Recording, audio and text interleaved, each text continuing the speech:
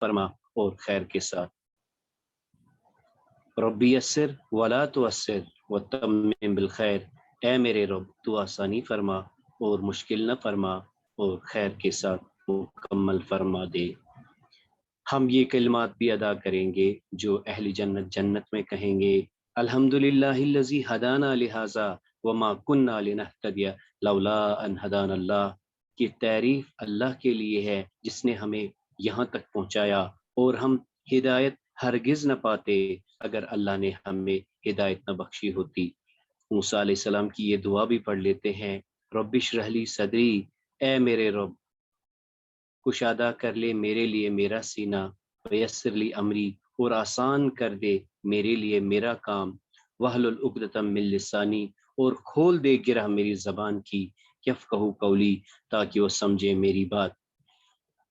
استغفار کے کلمات بھی ہم ادا کر لیتے ہیں، لا الہ الا انت سبحانک انی کنت من الظالمین، اے اللہ تیرے سوا کوئی سچا معبود نہیں، تیری ذات پاک ہے، بے شک میں قصوروار ہوں۔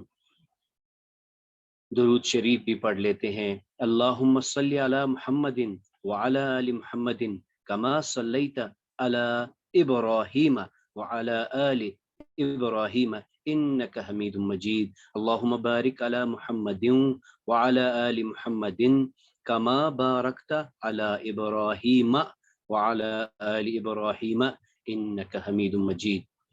رسول اللہ صلی اللہ علیہ وسلم فرماتے ہیں، کلمتان، دو کلمے ایسے ہیں، حبیبتان الی الرحمن، پیارے ہیں رحمان کو، خفیفتان علی اللسان، زبان پہ بہت ہی ہلکے ہیں، ثقیلتان فی المیزان، اور میزان میں بہت ہی باری ہیں، اور وہ کلمے ہیں سبحان اللہ وبحمدہ سبحان اللہ العظیم۔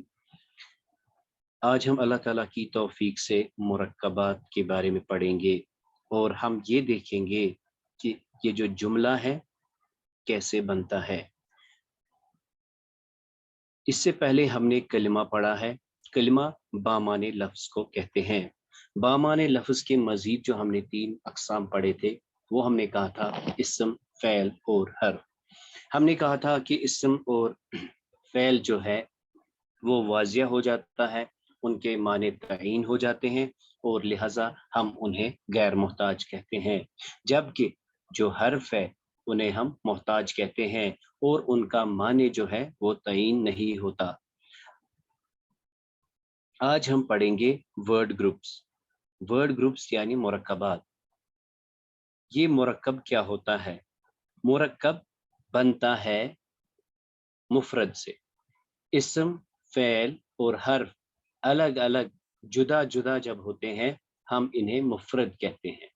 یوں سمجھ لیجئے پارٹس، جیسے ہم کہتے ہیں ورڈز، یہ ورڈز جو ہیں جب ہم ورڈز کو ایک سٹرکچر بناتے ہیں، وہ سٹرکچر کبھی میننگ فل بنتا ہے اور کبھی اس کا میننگ جو ہے وہ کلیئر نہیں ہوتا ہے۔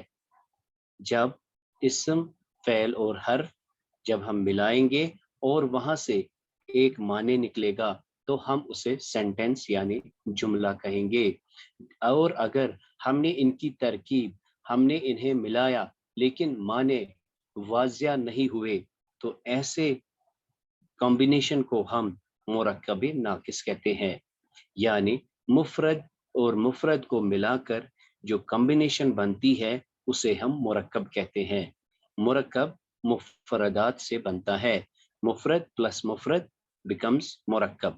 تو یہ جو مرکب ہے جس میں ہمارے پاس اسم ہو سکتا ہے، اسم فعل ہو سکتا ہے، یا فعل ہو سکتا ہے، یا فعل اور اسم، یہ جو بھی ہمارے پاس کمبینیشنز پاسبل ہے، اگر تو اس کا میننگ کلیئر ہے تو اسے ہم کمپلیٹ سینٹینس یعنی مرکب تام کہتے ہیں۔